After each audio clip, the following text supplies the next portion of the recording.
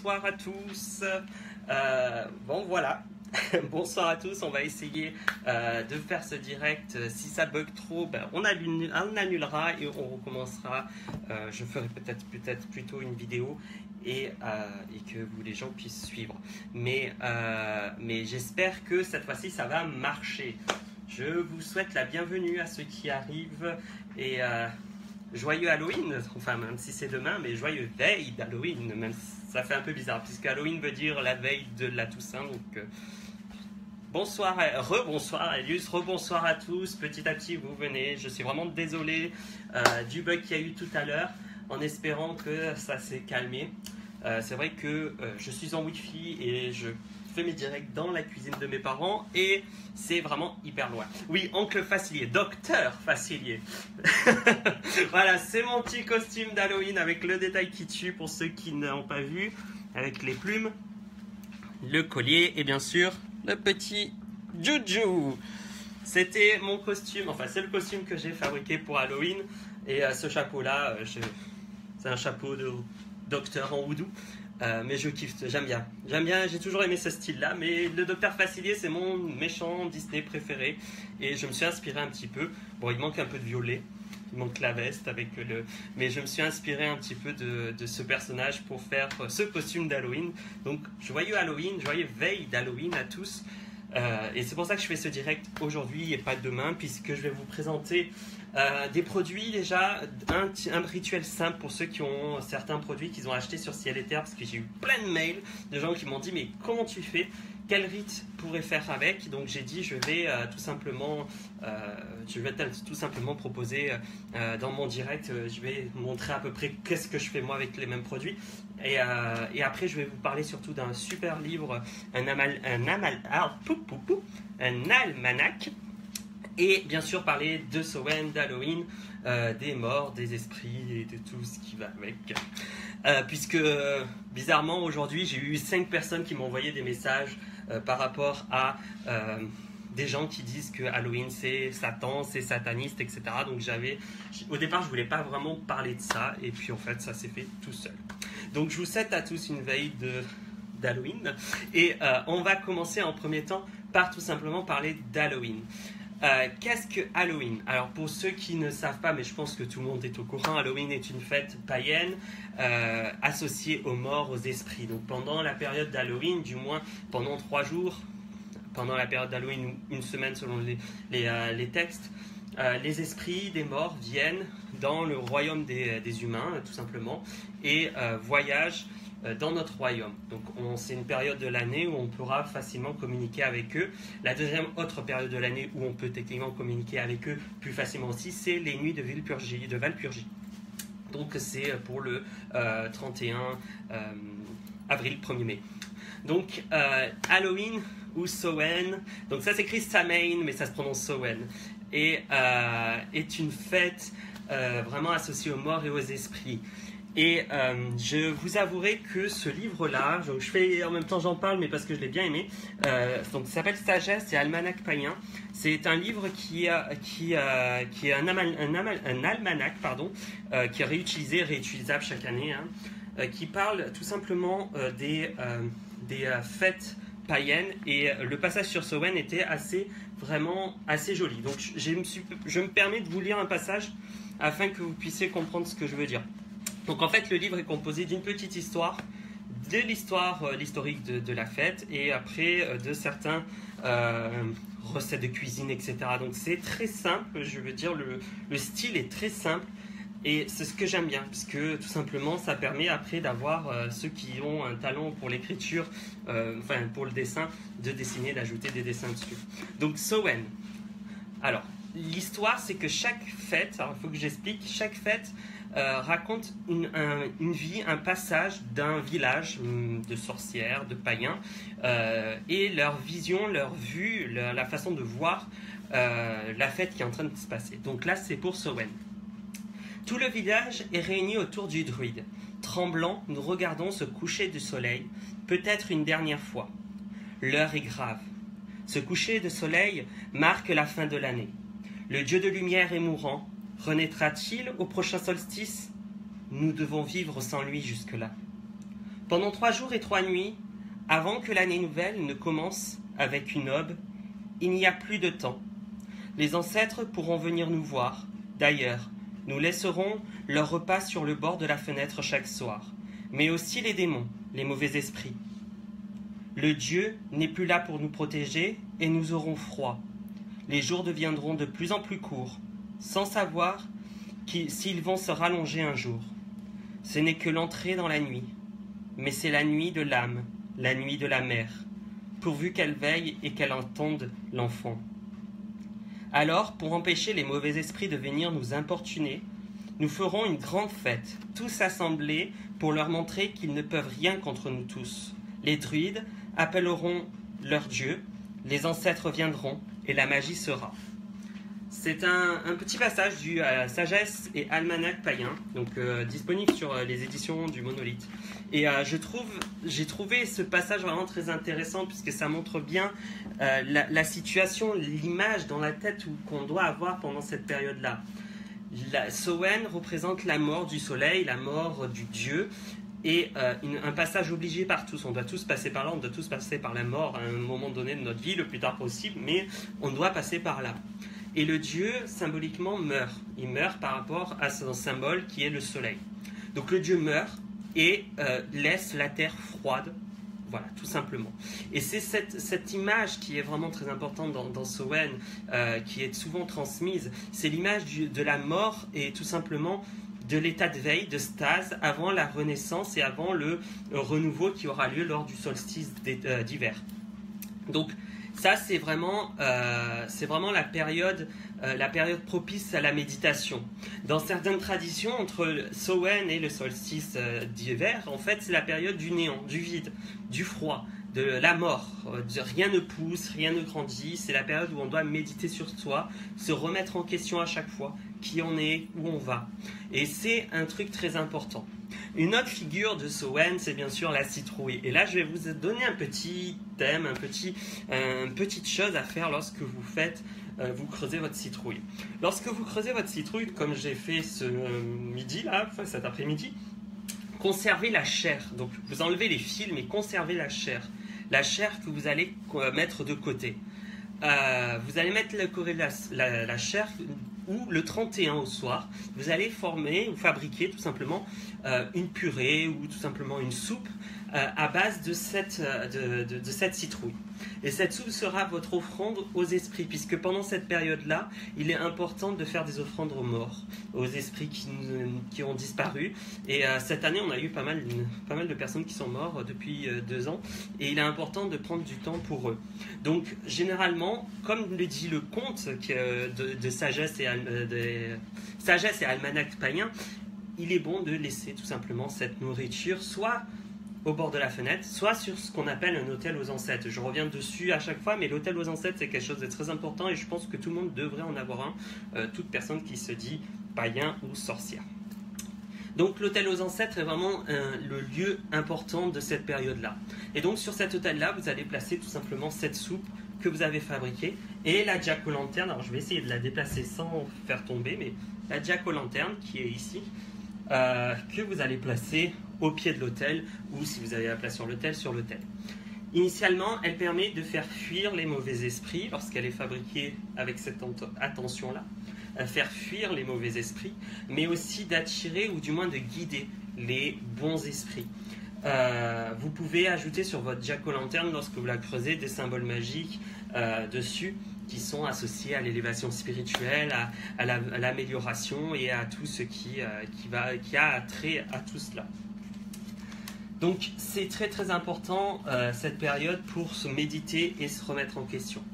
Et il y a le site Ciel et Terre qui propose un kit, ils appellent ça le kit Samhain. Ils avaient proposé ça pour ma bombe, mais je ne l'avais jamais vu, je l'ai pas testé, enfin je l'avais entendu, mais je ne l'ai pas testé.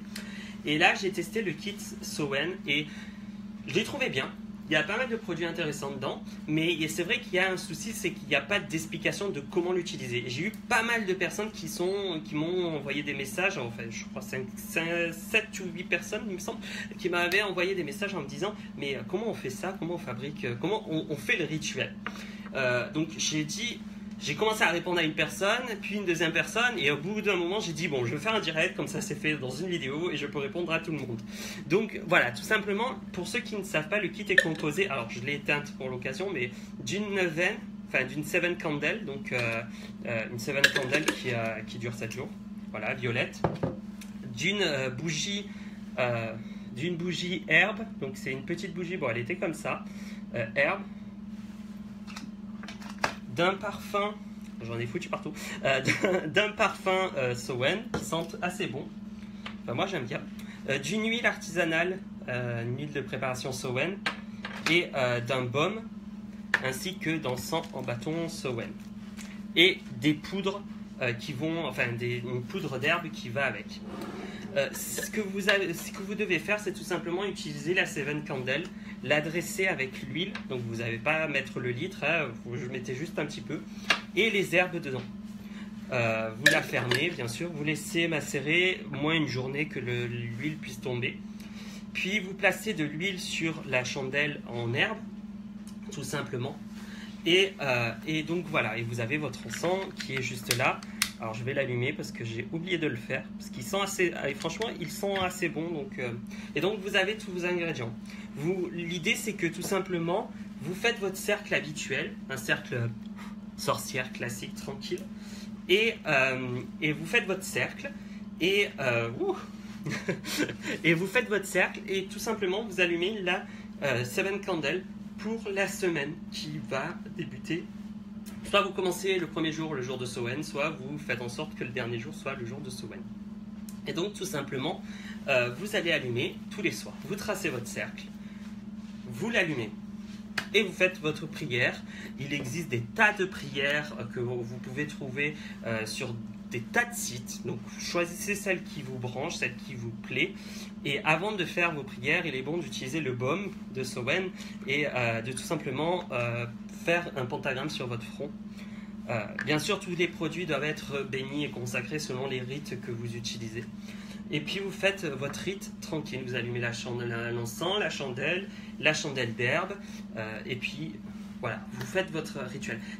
Les outils sont assez simples. Là. Après, c'est juste une question de jugeote, je vais utiliser ce terme-là, plutôt une question d'habitude. Quand on a l'habitude des rituels, c'est vrai que c'est beaucoup plus simple de gérer les rituels.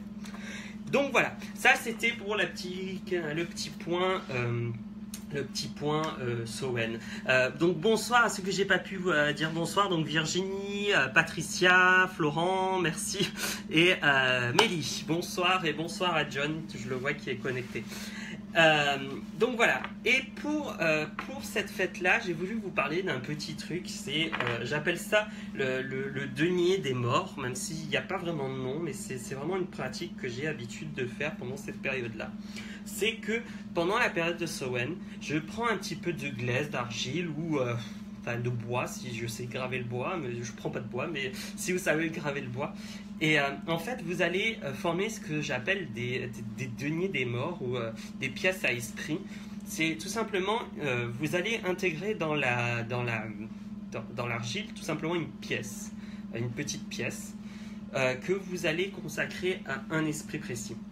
Donc vous mettez la petite pièce dedans et vous mettez sur cette pièce, soit vous écrivez avec un petit feutre le nom de l'esprit à qui vous voulez faire l'offrande, soit tout simplement vous marquez aux morts. Puis avec l'argile, vous formez un petit disque comme ceci. Donc voilà. Et dessus, vous allez tout simplement graver, je ne sais pas si on pourrait dire graver, mais engraver, du moins dessiner sur l'argile le crâne, symbole de la mort.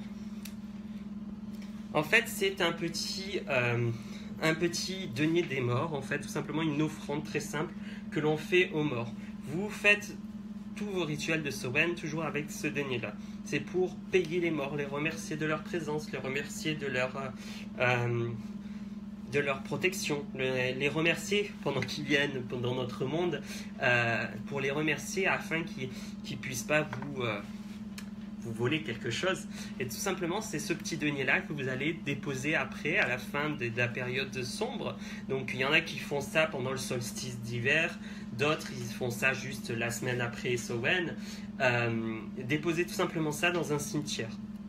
soit sur la tombe de nos ancêtres, donc grands-parents, arrière-grands-parents, soit tout simplement le déposer sur à l'entrée, tout simplement à l'entrée, et repartir. C'est ce que j'appelle moi le denier des morts, parce que c'est une façon de remercier. Il y en a qui proposent la même version pour le printemps, en fait tout simplement, avec, au lieu de placer une pièce, placer tout simplement des graines, faire la même chose, ce denier-là, et au lieu de mettre le visage d'un mort, mettre le visage d'une déesse ou autre. Et puis, tout simplement, on prend ceci, on creuse, on le met à la terre pour le printemps, et en espérant que la graine germe et devient... Alors, bien sûr, il faut prendre de l'argile qui s'auto-durcit, puisque si vous le brûlez, la graine va brûler. Olivier, bonsoir Dylan. Oui, alors... Oui, c'est en fait ce que j'appelle un denier des ancêtres. C'est tout simplement une pièce qui est enrobée dans de l'argile, une pièce où on a marqué les morts et on l'offre en fait aux ancêtres après la période des ténèbres et après la période de mort en fait, tout simplement. C'est pour les honorer, pour éviter qu'ils viennent aussi nous disputer, en fait, on va utiliser ce terme-là, et qu'ils viennent nous voler des choses.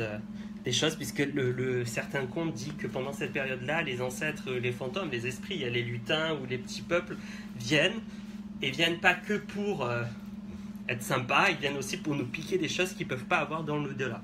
Donc c'est pour ça que c'est intéressant de leur offrir tout simplement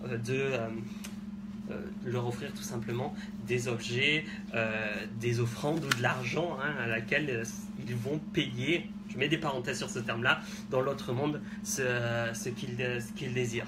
Alors oui, soit on fait ça un par ancêtre, soit tout simplement on met pour les morts en général. Là j'ai fait donc pour les morts en général, mais on peut faire un par ancêtre tout simplement. Salut Nelly, pas de problème. Heureusement qu'il y a le replay. Salut Dylan, ça se prononce Dia, pardon. Salut Dia. Donc si vous entendez gratter, c'est mon chat qui demande à rentrer, mais elle est interdite de rentrer puisqu'elle fait le bordel. Donc voilà. C'est une des pratiques en fait de Samhain qui est assez simple et abordable pour tous et par tous. Une autre pratique, c'est tout simplement ce qu'on appelle un pot aux ancêtres. Alors, je n'en ai pas là, mais en fait, un pot aux ancêtres, c'est pour ceux qui ne peuvent pas avoir vraiment d'autel aux ancêtres. Généralement, ou qui n'ont pas d'ancêtres. Je veux dire par là, leurs grands-parents sont toujours vivants, leurs arrière-grands-parents, ils les connaissent pas du tout, ils n'ont aucun lien. Des personnes qui n'ont pas de passé, on pourrait utiliser ce terme-là, même si on est tous guidés par on est tous guidés par des esprits de nos ancêtres, même si on ne les connaît pas, mais il y en a qui n'arrivent pas à mettre un visage ou quelque chose comme ça. Donc on a ce qu'on appelle le pot aux ancêtres. C'est un pot de la taille, de tout simplement de cette taille-là, ou ça peut être un bol, mais qui se referme. Il y en a qui utilisent des soupières, il y en a qui utilisent des petits pots achetés à l'occasion. Et donc les pots aux ancêtres, les pots des ancêtres. Donc ces pots-là sont très simples. Ils sont placés dans une petite étagère toute simple ou un meuble. Et à l'intérieur, on va placer tout simplement de la poussière de cimetière récoltée donc pour ceux qui pratiquent la magie des morts au cimetière, ou tout simplement des poudres ou des herbes associées à la mort, à Saturne, donc la planète Saturne. Et donc pleine de les herbes sont souvent des poisons ou du plomb, etc., etc. Vous placez en fait ces herbes là et vous placez à l'intérieur des os, donc des os de poulet ou des morceaux d'os d'animaux lesquels vous êtes nourris. Il est important de prendre des os d'animaux que vous êtes nourris ou des os d'animaux que vous avez trouvés dans la nature. Vous placez ces os là dans ce pot là. Donc le pot doit vraiment symboliser la mort, doit symboliser la fin des choses, le froid. Donc il y a vraiment des herbes, les os, etc. Et au centre, vous placez un crâne artificiel, donc un crâne de cristal ou un petit crâne même en résine. Ça n'est pas obligatoirement être quelque chose de vraiment sérieux, mais un petit crâne, juste un petit crâne dessus. Et vous placez ce crâne à l'intérieur.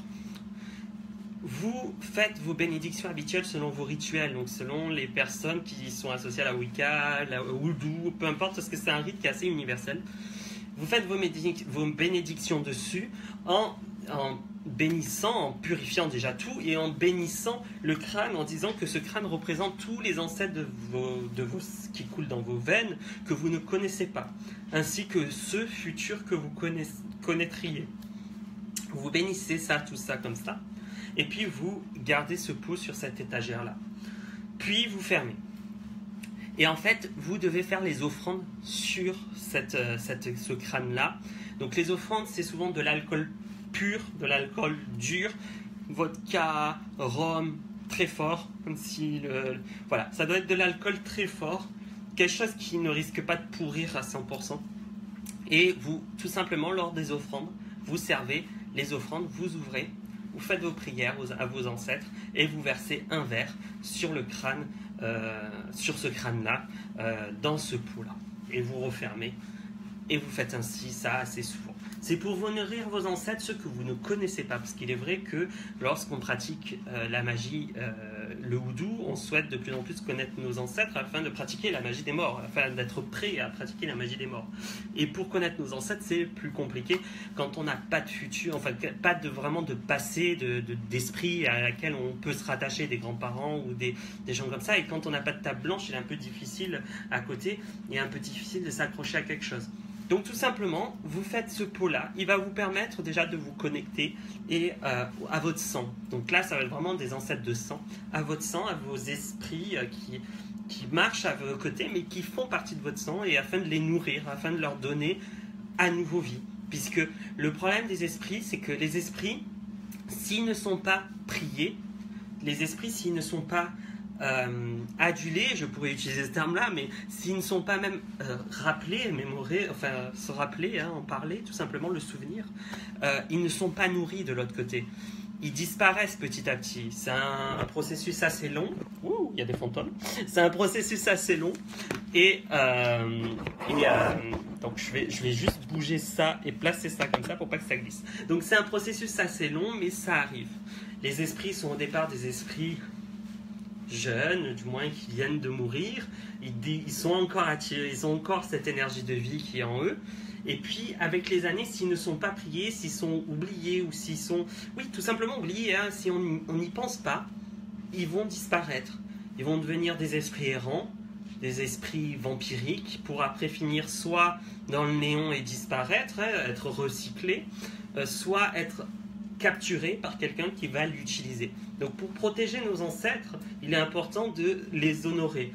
Les honorer par le souvenir, donc les ancêtres récents, ou par les offrandes, ou par tout simplement les cultes aux ancêtres. C'est très très très important. Donc en même temps, je lis vos questions. Alors oui, c'est à peu près l'équivalent du billet des morts, mais en fait c'est plus pour c'est une offrande un peu plus personnelle. On va utiliser ce terme-là parce qu'on me pose la question si c'est l'équivalent des billets de l'enfer, pardon. Ensuite, une autre question. C'est génial ça, je fais dès demain, ok. Et il est aussi par extension dédié aussi à ceux que l'on connaît. Oui, en fait, le crâne dans ce pot-là représente tous les ancêtres qui coulent dans notre sang, enfin dans nos veines. C'est vraiment ceux qu'on ne connaît pas et ceux qu'on connaît. Après, c'est utilisé essentiellement pour ceux qu'on ne connaît pas, puisque ceux qu'on connaît, généralement, dans la photo, ils sont sur l'autel aux ancêtres. Mais il est important d'avoir un culte aux ancêtres en sorcellerie. Alors, ceux qui pratiquent le houdou, ils savent que c'est la chose la plus importante. Mais le culte aux ancêtres est très, très important, même en sorcellerie, même en Wicca, même en éclectisme, parce que les ancêtres font partie de nous. Et c'est eux qui vont nous enseigner, nous apprendre des choses sur l'avenir et le futur. Ou bien sur notre présent et sur notre vie actuelle. Donc il est vraiment important de parler de ça, mais surtout de les honorer. Donc comme je disais, les esprits, quand ils ne sont pas nourris, quand ils ne sont pas priés, quand ils sont oubliés, littéralement, ils deviennent vraiment des esprits morts. Voilà, il n'y a pas d'autre mot que le mot mort. Ils disparaissent tout simplement. Leur énergie est recyclée, est transformé, il est ce que vous voulez, mais ils disparaissent tout simplement. Et dans le houdou et en Louisiane par exemple, il est dit que ces esprits-là, il faut continuer à les prier parce qu'un root worker ou un conjureur ou un docteur, peu importe, pourrait passer par là et le récupérer pour son travail et donc devenir un prisonnier de Sam. Donc il est important de vraiment les honorer, tous les ancêtres, même ceux qui des fois nous ont haï de leur vivant. Hein. Il faut essayer de souhaiter et espérer que de l'autre côté, ils ont ouvert les yeux et commencent à être beaucoup mieux. Alors, une autre question. Florent, je sais qu'il est déconseillé de faire un autel aux ancêtres dans sa chambre, mais j'ai que de la place dans ma chambre avec un rideau devant l'autel. Ça passe? En fait, il faut mieux éviter même le rideau. Idéalement, il faudrait le mettre dans un placard, tout simplement. Pour ceux qui ne peuvent pas avoir d'autel aux ancêtres, vous pouvez tout simplement utiliser un album de photos où vous mettez les photos de vos ancêtres et le moment où vous devez prier, vous venez dans la cuisine pendant que les parents ne sont pas là, pendant que le mari n'est pas là, ou pendant que la femme n'est pas là, peu importe. Vous venez dans la cuisine, vous ouvrez l'album de photos et vous allumez une chandelle aux esprits. Il faut expliquer aux esprits pourquoi vous faites ça. Sinon, vous avez les boîtes, tout simplement. Les mettre une petite boîte toute petite comme ça, tout simplement, à laquelle on va ouvrir et fermer lorsqu'on fait des prières. Le pot aux ancêtres, et l'avantage, c'est qu'il peut être mis sur une chambre, même si je le déconseille, il peut être mis dans une chambre. Vous avez juste à ouvrir et à refermer à chaque fois. Donc vous faites votre offrande, vous refermez votre prière et puis vous refermez. Donc ça reste un autel qui s'ouvre et qui se ferme aussi. Mais il est déconseillé, voire il faut éviter de mettre un autel aux ancêtres dans la chambre. La première raison, c'est qu'on n'inviterait pas sa grand-mère dans notre lit. Et la deuxième raison, c'est que tout simplement, on risque de ne plus dormir, de plus respirer, ou tout simplement d'être épuisé énergétiquement parce qu'ils se nourriront de nous, tout simplement. Alors, deuxième question, et quand on pratique deux magies différentes, peut-on faire deux, genre un en Oudou, l'autel des ancêtres, et un dans le temple sur l'autel de l'ouest où résident les dieux des morts? Ok, alors oui, il est important que si on pratique d'autres formes de magie, de séparer si possible les autels, ça on ne mélange pas ensemble. Après, on peut, si dans notre culte il y a cet autel aux ancêtres, on peut soit faire un autel d'ancêtres de sang, donc qui ne touche pas au culte magique, et donc là on ajoute tous les ancêtres de sang, et un autel pour le culte magique où on pratique, et là on met les esprits du culte magique et de leur lien avec ce culte magique. C'est vraiment une séparation, mais il faut vraiment séparer si vraiment vous voyez que les entités, les esprits ne sont pas trop d'accord. Je connais des esprits par exemple qui ne leur dérangeraient pas d'être dans un côté dans l'autre, alors que d'autres ne supportent pas ce changement-là. Alors, Mistra, comment commencer un autel aux ancêtres? Comment commencer à honorer ceux que l'on ne connaît pas? Comment savoir s'ils sont oubliés ou non? Alors déjà, tout simplement, savoir s'ils sont oubliés. Tu as juste à poser la question à tes parents, tes grands-parents, à tes cousins, tes cousines, de parler de oncle machin ou tante machin ou grande-mère machin. S'ils n'ont pas de réponse, déjà c'est mauvais signe. Ensuite, il faut voir leur tombe, voir où ils sont enterrés et savoir quelle en est devenue de leur tombe. Là encore, si on ne trouve pas leur tombe, c'est mauvais signe. Donc ça veut dire qu'ils ont été oubliés. Mais c'est un processus long, donc on peut leur redonner vie, hein, tout simplement, on peut les nourrir à nouveau, hein, on peut les nourrir à nouveau, même s'ils sont oubliés, afin qu'ils puissent ressusciter. Façon de parler. Hein.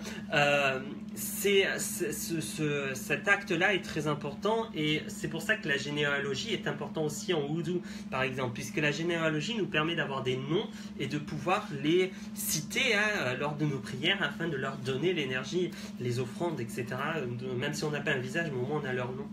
Donc il est important de les nourrir ou d'utiliser des mots-clés, des phrases-clés qui disent mes ancêtres de mon sang ou les ancêtres de la famille machin, voilà, ça permet de les nourrir, de prendre cette part du gâteau qu'on offre et d'une toute petite part pour leur mémoire. Comment commencer un autel aux ancêtres? En fait, un autel aux ancêtres, c'est très simple. C'est un lieu blanc, donc une table ou une nappe, enfin une table blanche ou tout simplement un étagère. Vous pouvez prendre une étagère ou un meuble spécialement conçu pour ça, ou tout simplement dans un placard, un coin qui est dédié à ça. Un endroit où la surface doit être blanche. Dessus doivent être présentes toutes les photos de vos ancêtres. Des ancêtres du côté de la père, du côté de la mère, les ancêtres adoptifs, etc. etc. Tous doivent être présentés donc, par des photos, des objets liens, des objets qui leur ont appartenu, ou tout simplement une partie de l'écriture de leurs mains, etc. etc. Tout objet qui peut vous reconnecter à eux doit être présent sur cet autel.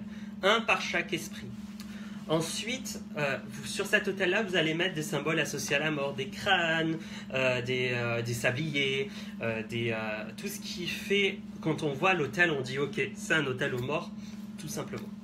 Et puis en fait, tous les semaines, généralement le samedi, vous allez dessus et vous allez prier les ancêtres. Les prier, chacun, alors soit vous citez chacun des noms, soit vous récitez une prière ou vous récitez chacun des noms, et en disant je vous honore, esprit l'esprit dont le sang coule dans mes veines, je vous honore, grand-mère machin, je vous honore, papa machin, etc. etc. Et on honore tous les esprits en fait, tout simplement, de notre lignée, hein, tout simplement. Et il faut faire ça toutes les semaines. Souvent apporter du café, souvent apporter des offrandes, hein, tout simplement, qui leur a plu. Chaque objet doit symboliser ces esprits-là. Et chaque esprit doit être honoré comme ils aimaient. Ça veut dire que l'autel de nos ancêtres n'est pas pour nous, mais pour eux. Donc si vos ancêtres étaient catholiques, l'autel va avoir des croix, des machins, même si vous ne supportez pas ce genre de truc. C'est pas pour vous faire plaisir, c'est pour faire plaisir aux ancêtres. Donc voilà, c'est comment commencer un autel aux ancêtres. Et tout simplement, comment les honorer? Tout simplement une fois par semaine, leur offrir une offrande, leur offrir des offrandes, une bougie pour chaque esprit. Donc les bougies chauffe-plat peuvent suffire, hein, mais une bougie pour chaque esprit, de l'encens qui a été confectionné pour ça, des prières, donc des chapelets, vous pouvez réciter les chapelets, je l'ai là autour du cou, vous pouvez réciter les chapelets, un chapelet pour chacun. C'est des actes que vous devez faire pour honorer les ancêtres. Sitia, on aime ce que tu fais, bravo, merci.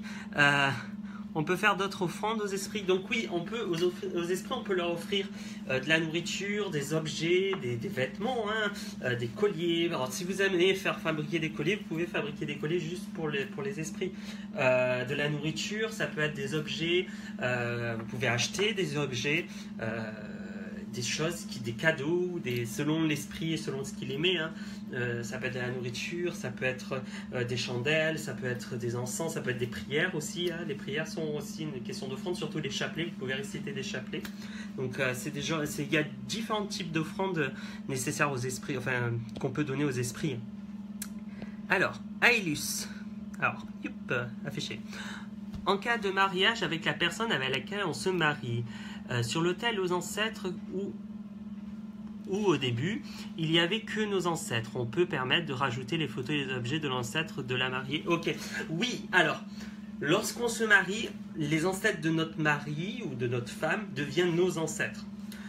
Donc, suite à un mariage religieux, je précise, peu importe la religion, même si techniquement un mariage civil maintenant est considéré un petit peu comme une religion par les esprits, donc ça passe mieux depuis quelques décennies, mais bon, enfin depuis quelques centaines d'années. Mais un mariage fait en sorte que officiellement, magiquement, énergétiquement, ou peu importe comment vous utilisez ce terme-là, les ancêtres de votre femme ou de votre homme deviennent vos ancêtres. Donc de ce fait, ils doivent être présents dans l'autel aux ancêtres. S'ils ne sont pas présents, c'est qu'il y a un problème. Ça veut dire que vous ne considérez pas votre femme ou votre homme comme étant votre femme ou votre homme. Puisque la famille de votre femme ou de votre homme et votre famille forment maintenant plus qu'une. Vous faisiez partie de sa famille et ils font partie de votre famille. C'est un peu le principe du fait qu'on les appelle la belle-sœur ou le beau-frère quand on parle du mari ou de la femme de notre frère ou de notre sœur, puisqu'ils deviennent un membre à part de notre famille. Donc ils doivent être présents dans l'autel aux ancêtres, et ça c'est très important. Olivier, peux-tu nous parler de l'autel des morts dans d'autres traditions magiques que le houdou? Sont-ils faits presque pareil? Alors je ne connais pas beaucoup, puisque tout simplement je ne suis pas initié dans beaucoup de traditions, mais généralement ça suit toujours le même principe, un espace blanc où les photos des ancêtres, les objets des ancêtres sont présents, toujours pour honorer les ancêtres et donc leur faire selon leur culte et leur croyance. Dans les traditions dont je fais partie, les autels aux ancêtres sont copie conforme des cultes et des croyances des ancêtres qui sont présents. On ne va pas imposer nos dieux païens à des grands-mères qui étaient 100% catholiques, voire des grenouilles de bénitier. Donc ça fait partie de la logique, c'est une logique universelle. Je le vois aussi dans certains cultes asiatiques où maintenant il y a de plus en plus d'ancêtres du sang européen, du moins occidental, se retrouvent dans ces hôtels-là, et c'est pareil, on retrouve toujours, ils ont leur culte, suivent le rituel selon la tradition asiatique, mais l'hôtel aux ancêtres, les ancêtres présents ont une part européenne ou du moins occidentale qui s'est présentée, puisque ces esprits-là sont occidentaux. Donc il est important de faire ces hôtels, peu importe la tradition, comme étant des hôtels aux ancêtres et pas à nous. Nous sommes assez égoïstes dans notre culture, il faut essayer de temps en temps de donner un petit peu aux autres et aux esprits surtout. Donc voilà, ça suit vraiment le même pattern, le même schéma. Alors Dia, comment peut-on savoir si un de nos ancêtres s'est réincarné? Comment le prier du coup? Alors en effet, la question de la réincarnation peut se poser. Tout simplement, lorsque on nourrit les ancêtres ou lorsqu'on les prie, si les ancêtres se sont réincarnés, ils vont pas répondre. Il n'y a personne qui va répondre. On va sentir un vide, il manquera quelque chose. Ça arrive assez souvent, mais en même temps, ça c'est théorique. Je ne suis pas mort, donc je ne peux pas le dire et personne ne peut le dire tant qu'on n'est pas mort. Mais il se trouverait que chacun, de l'autre côté, agisse selon leurs croyances et leurs espoirs.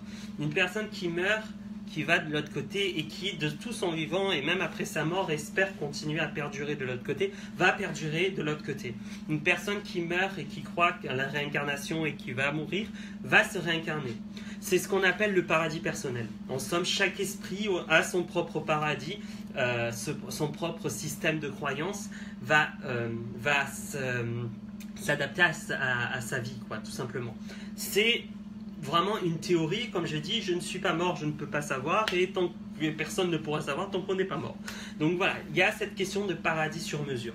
Tout simplement, si un ancêtre croyait à la réincarnation, il se réincarnera. S'il ne croit pas, il sera dans un paradis ou quelque part dans un Éden, on ne sait pas.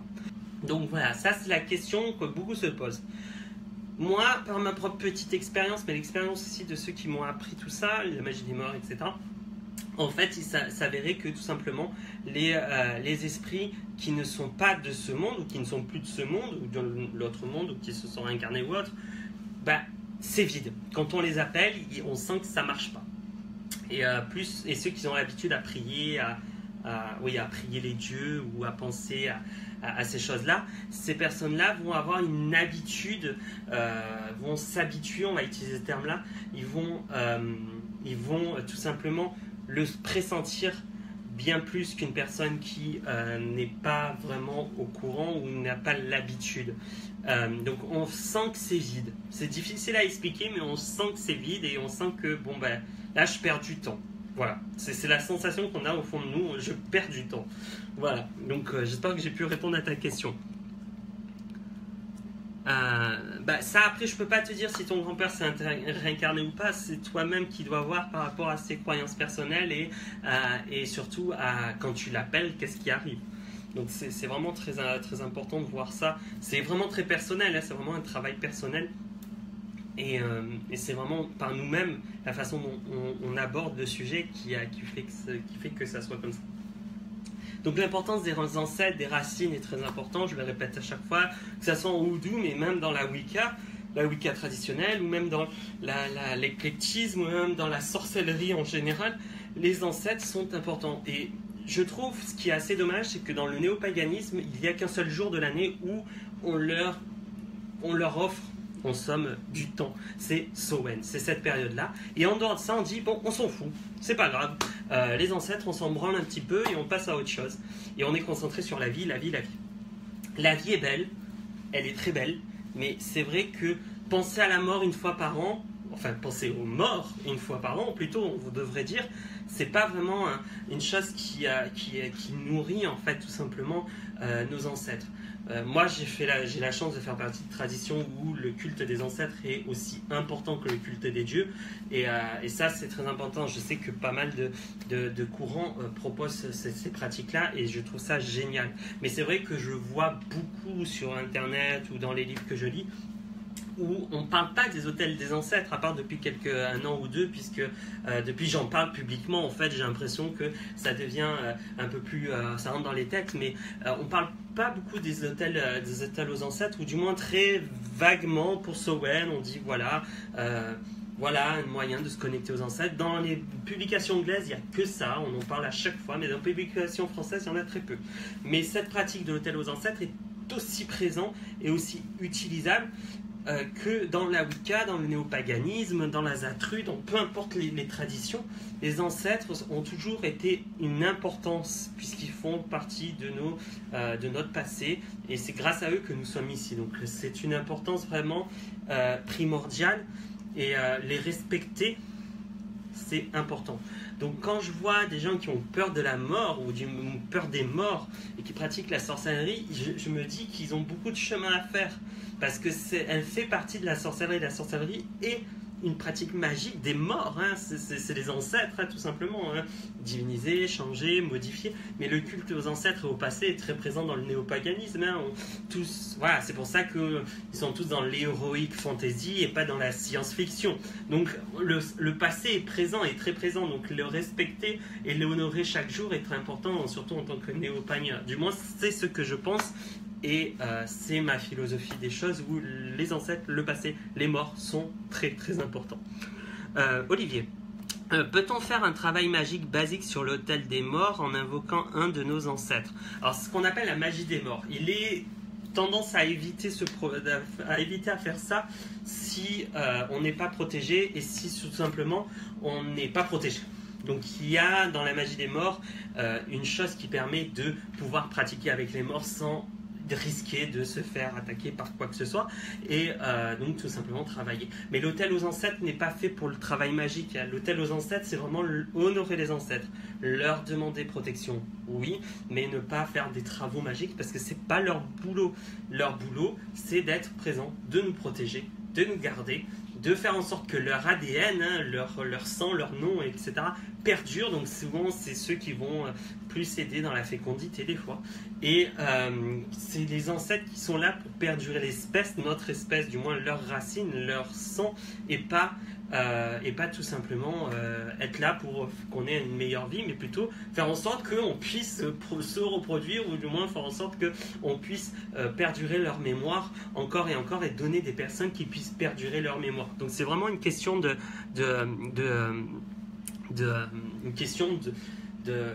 but. Chacun a leur but, et les autels des ancêtres qui sont associés donc aux esprits de notre sang n'ont pas un but magique en soi, mais un but plutôt de protection.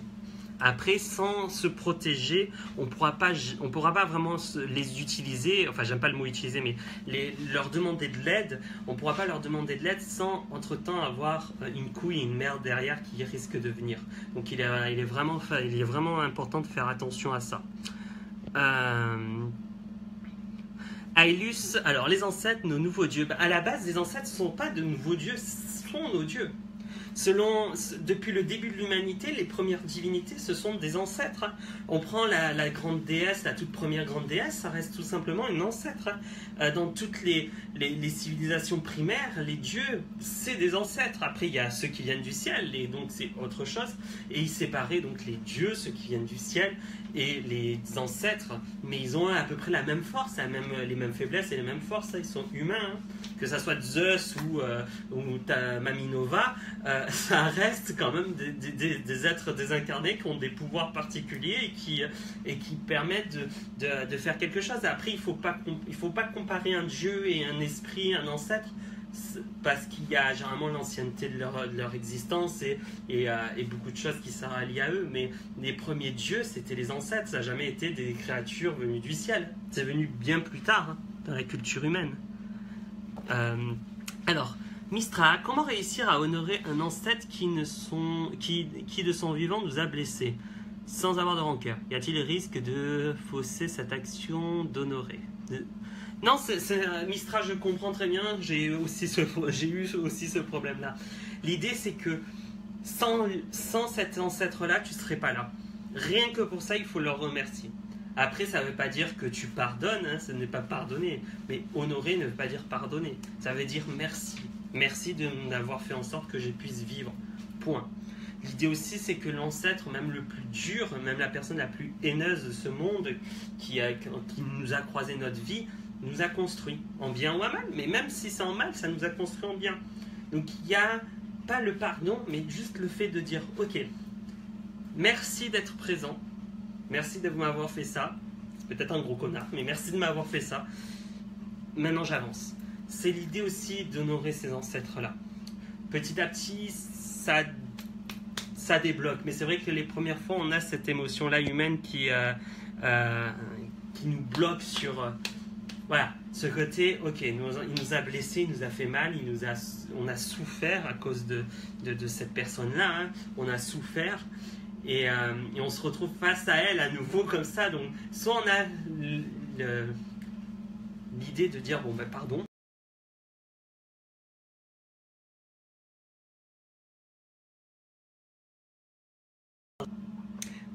désolé, un petit bug.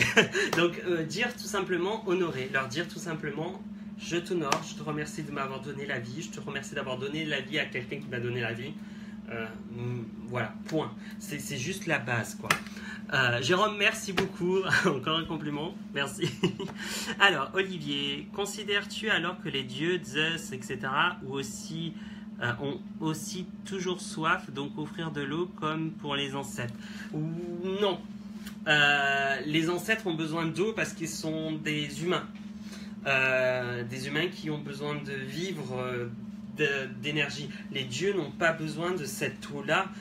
Ils ont besoin d'offrandes, ils ont besoin de prières, oui, parce que c'est des dieux. Mais les dieux n'ont pas besoin d'eau. Il y a des divinités, par exemple, du foyer, je leur mets du feu, je leur mettrai jamais un verre d'eau de ma vie, jamais de la vie. Parce que ça va à l'encontre de leur propre nature qui est du feu. À un hôtel au Salamandre, je ne mettrai jamais un verre d'eau dedans. Hein. Donc non, les dieux ont leur offrande et ont des offrandes spécifiques. Chaque dieu a leur offrande spécifique.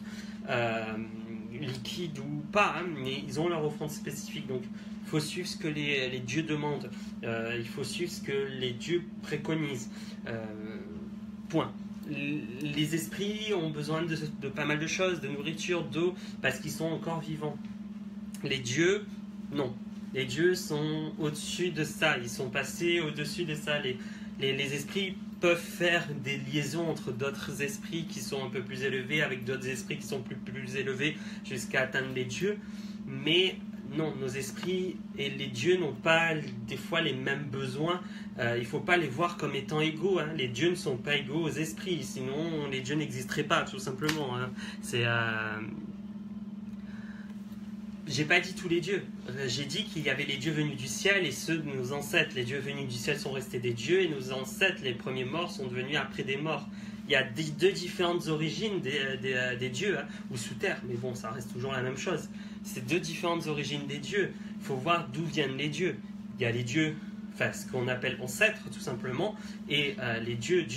Je vois par exemple dans des religions comme le vaudou où on parle d'Eloa qui veut dire esprit, et il y a des divinités dieux, des divinités qui viennent du ciel, qui n'ont jamais été humains. Je vois par exemple les archanges dans la Bible, si on se réfère à la Bible, tout simplement Dieu, les archanges, ça reste des dieux qui viennent du ciel, donc ce ne sont pas des ancêtres, ce ne sont pas des esprits.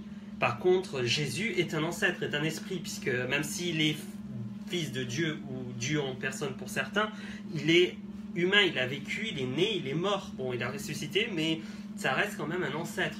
Donc il ne faut pas confondre un Dieu et un esprit. Ça, c'est vraiment le truc et les gens ont vraiment du mal. Ils veulent toujours associer des dieux comme étant des esprits pour essayer de faire un mélange, un boulgi-boulga de tout ça, ou un boulgi-boulga, je ne sais pas comment on le prononce. Mais en fait, non, c'est leur origine étant différente, leur idéaux étant différentes, leurs pratiques étant différentes, parce que un vient du ciel et d'autres viennent du ciel ou sous la terre. Donc par exemple les dieux grecs viennent de sous la terre en partie, et d'autres qui viennent des ancêtres. Donc automatiquement, les origines des esprits est important de comprendre d'où ils viennent. Les ancêtres, c'est pour ça qu'on les classifie, hein. Sinon on ne les classifierait pas, on mettrait tout dans le même sac depuis le début de l'humanité, on dirait pas, ça c'est les trucs et point. Dans toutes les religions, surtout les religions avec les cultes aux ancêtres, il y a une différence entre les esprits ancêtres de sang ou d'initiation, peu importe, et ceux qui viennent du ciel, des anciens humains, et ceux qui viennent du ciel ou sous la terre, puisque je reviens sur l'idée où c'est pas obligatoirement venu du ciel les dieux peuvent venir de sous la terre. On reprend les mythes grecs où Zeus et Rhea, etc. viennent, voilà. Il y en a qui sont apparus du néant, pouf, et il y en a qui sont venus de la terre protégés, ou du moins ils ont été donnés naissance sous terre pour revenir, donc les titans, etc. Donc il est important de vraiment différencier les esprits et les dieux. Voilà, c'est une différenciation de base universelle, c'est même pas une question de c'est le houdou et c'est pas autrement, c'est juste universel. Il y a les dieux, il y a les ancêtres. On les mélange pas, ils n'ont pas les mêmes forces, pas les mêmes faiblesses, ils viennent pas du même royaume, ils ne connaissent pas la même chose. C'est pour ça que dans le houdou, on se réfère beaucoup aux ancêtres, parce que eux ont connu les affres d'être amoureux, les affres d'être humains, alors que les dieux, eux, enfin Dieu en lui-même, est une divinité qui ok, connaît l'amour, ok, connaît ça, mais ça reste quand même un minimum théorique, puisque il est très loin du humain, donc il voit les choses avec un recul qu'un humain n'a pas. Donc un ancêtre va aider plus facilement qu'un dieu qui est là-haut, quoi. Jérôme. Donc Dieu, on pourrait le considérer comme un saint, quoi. Non, je reviens encore sur ce que je disais.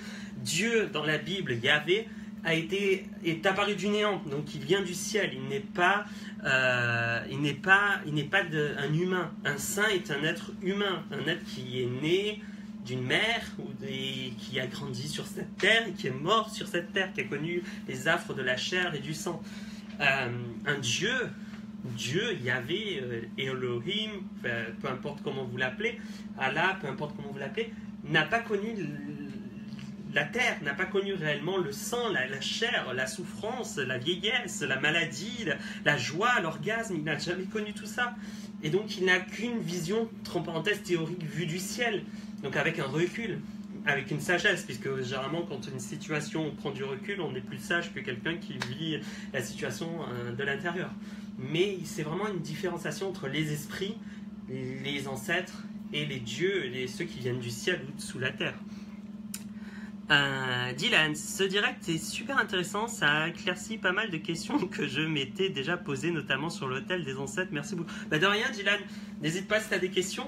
Mais voilà, c'est important de faire la différence entre les ancêtres, les esprits et les dieux. Parce que tout le monde pense que les dieux peuvent être mis dans le milieu des ancêtres, alors que ce n'est pas le cas. Il y en a des dieux qui sont des dieux, et les ancêtres qui sont les ancêtres. C'est pour ça que les Grecs, par exemple, utilisaient les termes de héros pour parler de ceux qui sont, ou de demi-dieux, hein, ceux qui sont moitié-moitié. Les héros étaient tout simplement des ancêtres. C'est pour ça qu'il y avait les Champs-Élysées, le culte des ancêtres associé aux héros, qui n'était pas le même que le culte des dieux. Parce que si les héros étaient des dieux, ils ne seraient pas aux Champs-Élysées, ils seraient sur le mont Olympe, ils ne seraient pas... Voilà. Donc c'est vraiment, même à l'époque antique, faisait la différence entre les ancêtres et les dieux, parce que leurs origines sont différentes. Et ça, c'est très important. Donc leurs besoins sont différents. Leur façon d'interagir et de réagir est différente. Et leur façon d'être nourris peuvent être différents. Peuvent être semblables, mais être différents. Des divinités grecques, par exemple, sont tendance à plutôt brûler les offrandes, parce qu'ils se nourrissent de l'air et pas de l'offrande en elle-même. C'est pour ça que généralement il est bien de faire fumer des encens, des trucs comme ça pour ce genre de divinité. Par contre, dans d'autres, ils vont devoir besoin littéralement d'avoir le bol d'eau, le machin, parce que ils sont plus associés à la terre, ils sont plus associés au sol, donc les ancêtres, hein, tout simplement. Pourquoi on met un bol de nourriture directement et pas, on le brûle pas? Parce que l'ancêtre a besoin d'un contact physique, quelque chose de physique. Un ancêtre, avec le temps, va s'habituer à l'encens, mais en tant qu'offrande en soi, mais il sera plutôt quelque chose de plus physique. La nourriture, l'eau, le feu, quelque chose d'assez animal, on va utiliser ce terme-là, assez humain de base, hein, bouffe, eau et chaleur, c'est le truc simple. Alors qu'un dieu va dès le départ, hein, aimer l'encens, aimer les offrandes en général qui ne sont pas techniquement des offrandes, puisque les prières permettent à l'esprit d'être plus fort. À un Dieu, ça permet de le nourrir. Il y a vraiment un rapport différent entre les deux qu'il faut vraiment mettre une séparation et ne pas les mélanger. Un esprit et un Dieu, ce n'est pas la même chose. Et ça, c'est très très important. Donc voilà. Donc c'était mon petit direct. Donc je vous ai expliqué un petit peu les grands points. Maintenant, si vous avez des questions à propos de cette fin d'année et de tout simplement cette période bénie ou des morts, hein, tout simplement, hein, si vous avez des questions sur les morts, n'hésitez pas à m'en poser maintenant. Profitez-en parce que je pourrai vous répondre. Peut-on aussi faire directement des offrandes sur la tombe comme en Caraïbes plutôt qu'une plante perso? Je trouve ça mieux. Oui, par exemple, si on a la chance d'avoir la tombe à proximité, il est bon de faire les offrandes directement sur la tombe. Hein, ça, clairement, hein, c'est vraiment très. Vous pouvez le faire sans hésiter. Hein. L'important, c'est d'avoir tout simplement la possibilité d'avoir accès à la tombe. Donc, mais oui, mais ça l'autel aux ancêtres est en fait un lieu qui remplace la tombe, parce que des fois on n'a pas trop le temps d'aller, ou la tombe est très loin. Donc ça nous permet vraiment d'être très présent près de nos ancêtres, avoir en gros la tombe près de chez nous. Pour petite parenthèse aussi, je vois mes notes, j'ai mes petites notes. Demain à 7h30, vers 7h30 du matin, je serai en direct sur la Radio Nova, donc n'hésitez pas à écouter la radio. Ce sera sur le thème sur les sorcières et l'Halloween et les sorcières, donc les vraies sorcières. Donc ça pourrait être vraiment intéressant. Il y a un témoignage d'une sorcière du Berry, et il va y avoir une sorcière du Berry qui va témoigner, et une féministe qui utilise la sorcellerie comme pouvoir de la femme. Et donc voilà, n'hésitez pas à écouter, ça a l'air intéressant, du monde me l'a vendu bien, et je vais faire une apparition de 3 minutes à la radio, donc n'hésitez pas à écouter, c'est sur Radio Nova. Donc, alors Florent, en parlant de mort, comment se passe une table blanche? Enfin, c'est pas trop indiscret, bien sûr. Alors, merci d'en parler. En effet, alors je vais faire une petite parenthèse sur la table blanche. Le 9 décembre, je propose une table blanche dans le sud, à Saint-Cyr précisément. Donc, c'est à la frontière entre La Ciotat et donc entre le 13 et le 83, à Saint-Cyr. À Saint-Cyr-sur-Mer, dans le 83. Donc, une table blanche façon franco-louisianais.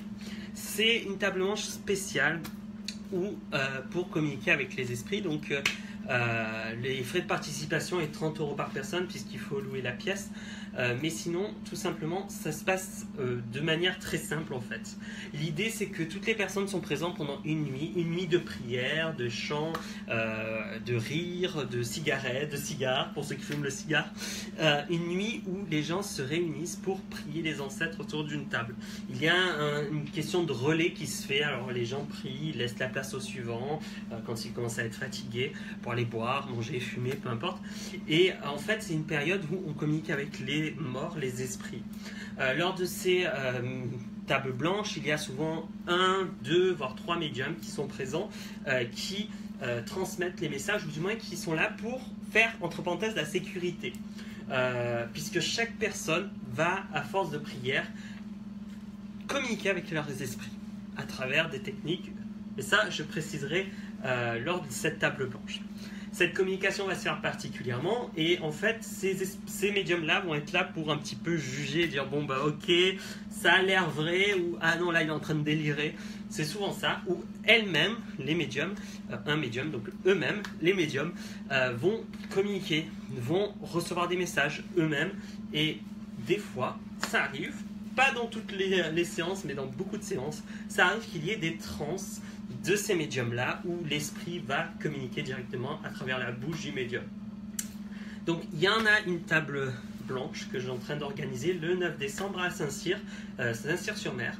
Donc ça va être c'est pas la première, puisque j'en avais déjà fait une en Bretagne, mais ça va être une première dans le sud de ces types de messa blanca, ou de table blanche. Je préfère utiliser le terme français, et j'ai appelé ça une franco-louisianaise, parce qu'on ne peut pas retransmettre à 100% ce qui se passe en Louisiane. Donc ça va être une franco-louisianaise, avec la base de la culture louisianaise, la table blanche à la louisianaise, mais avec un petit ajout à la française, lié à notre culture. Donc voilà. Donc c'est le 9 décembre pour ceux qui veulent savoir. Donc n'hésitez pas, j'ai créé un événement là-dessus. Il faut juste être ouvert, avoir le cœur ouvert, l'esprit ouvert et surtout se laisser aller. Parce que c'est la chose la plus importante, c'est se laisser aller. Sinon, donc voilà, donc il y a cette table blanche le 9 décembre. Il y a aussi mon direct à 7h30 sur Radio Nova demain matin. Et bien sûr, alors il y aura pas de rencontre sorcière en novembre. Celle-ci aura lieu en décembre, mais la date n'est pas encore choisie. Je vous tiendrai au courant par rapport à ça. Attends, j'ai d'autres questions. Alors, Dia, comment savoir si une personne de notre famille est morte ou toujours en vie? Je vous passe les détails, c'est trop long. C'est la mère de mon conjoint qui serait décédée, mais on n'en est pas sûr. Bah, ça, je peux pas te dire. Généralement, quand on ne sait pas ce genre d'informations, c'est que la personne, on a coupé les ponts à 100%, et donc ça veut dire que il vaut mieux pas l'appeler tout de suite dans une table, enfin dans un hôtel aux ancêtres. Moi, je vous conseillerais tout simplement, c'est de faire des recherches réelles sur si elle est toujours vivante ou pas. Si vous avez son nom et sa date de naissance, vous allez pouvoir, ou le lieu où elle vit, vous allez pouvoir à peu près essayer de trouver dans les registres, les actes de décès, etc. Mais en dehors de ça, je ne vois pas comment on peut sincèrement savoir, à part essayer de l'appeler et voir s'il y a vraiment un ressenti d'un esprit ou pas, sachant que l'esprit en lui-même peut faire la gueule aussi, ne peut refuser de se présenter à vous. Alors je vais juste ouvrir au chat. Allez, rentre. Rentre. Désolé, il y a le chat qui essaye de rentrer. Allez. Oh.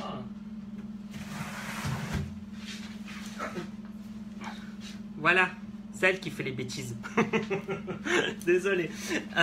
Donc voilà, donc il est bon, je vous conseille plutôt d'aller voir directement la mairie où elle habite et essayer de regrouper les informations. Ça serait meilleur. Dagmar, bonsoir Benjamin, comment peut-on sentir la présence d'un mort à côté de soi? C'est compliqué à expliquer puisque c'est que des ressentis. Certaines personnes vont avoir des ressentis différents.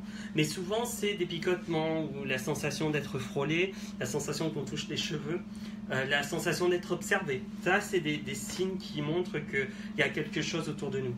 Et si c'est qu'un esprit simple qui fait juste passer par là, on ne va pas ressentir plus de choses réelles, plus des observations, ou du moins il va essayer, vraiment la sensation qu'il y ait quelqu'un, une présence physique à côté de nous, même si on ne voit rien. Florent, j'en suis un peu comme tu peux le savoir, ça ne dérange pas, histoire qu'on ne se retrouve pas à 40 minutes. Alors, pour les tables blanches, en effet, il y a les 3 médiums principaux, ce qu'on appelle les médiums principaux, et après, il y en a d'autres qui sont présents qui peuvent être médiums, ce qui ne gêne pas en soi la pratique en elle-même. Mais tu le verras, si tu assistes à la table blanche, tu le verras bien.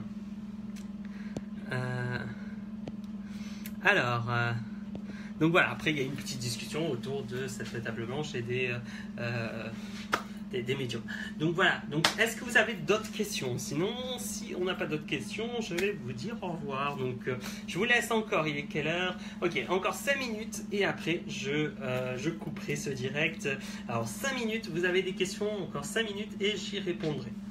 Donc voilà, les ancêtres, en attendant je fais mon pitch sur les ancêtres, mais les ancêtres sont très importants et ils font partie de notre histoire. Il est important de les respecter, de les aimer. Et surtout pendant cette période-là, si on veut au moins les honorer une fois par an, au moins pendant cette période-là. Le culte aux ancêtres est très important. Et pour ceux qui pratiquent le houdou de façon intensive, ou du moins de façon sûre, pas juste un petit peu, mais vraiment qui pratiquent vraiment le houdou et qui souhaitent maintenant avancer et aller vers la magie des morts, il y a à partir de début de l'année prochaine, donc des stages de magie des morts qui va avoir lieu dans le nord-ouest donc je vais vous présenter ces stages-là. Et donc voilà, ça sera les stages spéciaux pour la magie des morts. Donc les inscriptions vont débuter lorsque Marc Neu, donc Ciel et Terre, et l'édition de Spiritualité occidentale, pardon, vont publier l'annonce. Vous allez pouvoir vous inscrire. Par contre, il va y avoir une sélection, du moins c'est comme ça, puisque les esprits n'acceptent pas tout le monde et c'est un enseignement qui ne s'enseigne pas à tout le monde. Donc, afin que voilà, certains sont prêts et d'autres, les esprits peuvent dire non, attends quelques années avant de revenir, etc. etc. Donc, il y a ce stage-là qui va se mettre en place. Et pour ceux qui débutent dans le voodoo et qui ne savent pas trop et qui sont complètement perdus dans le voodoo, il va y avoir des stages aussi pour débutants en voodoo, pareil, avec organisé par donc Ciel et Terre, édition de Spiritualité occidentale, et dont je serai c'est celui qui va faire les cours, je ne sais pas comment on dit, mais voilà. Donc si ça vous intéresse, n'hésitez pas à contacter Marc Neu, Ciel et Terre, à ce sujet-là. Donc merci. Donc merci à vous tous de vos questions, de votre intérêt, vraiment merci. N'hésitez pas à partager la vidéo, hein, ça coûte rien.